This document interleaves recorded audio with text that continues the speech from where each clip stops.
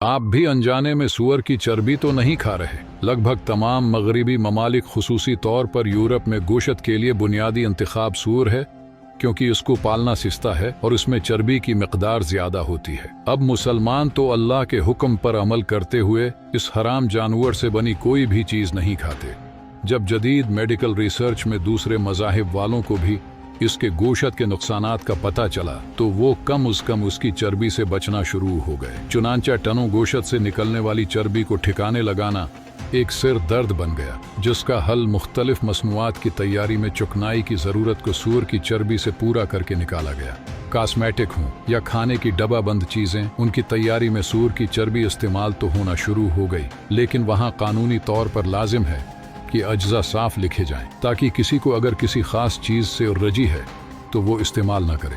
चनांचा मसनूआत के अज्जा में पिग फैट लिखा होता था, मगर अब एक और मसला था कि इतनी बड़ी मुसलमान आबादी को जब पता चलता कि ये चीज़ सूअर से बनी है, तो वो उसे खरीदने से इजतनाब करते। इस चीज़ से बचने के लिए मल्टीनेशनल कंपनियों ने मसनूआत पर एनिमल फैट लिखना शुरू किया, ये तासर देने के लिए कि उनमें गाय बकरी जैसे जानवरों की चर्बी है।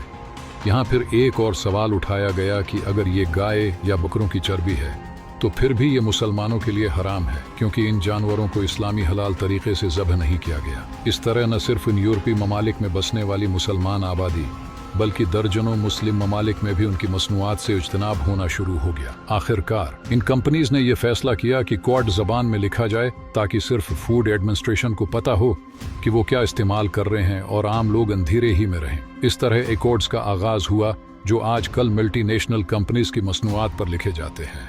उन मसनूआत में bubble gum, toothpaste, chocolate, cornflakes, multi vitamins और बहुत सी दवाइयाँ शामिल हैं। तमाम मुसलमानों से गुजारिश है कि इंपोर्टेड अशिया खरीद कर लाने से पहले उनके अज्जा की फहरिस्त में स्क्रीन पर दिखाए जाने वाले ये कोड्स लाजमी पढ़ें।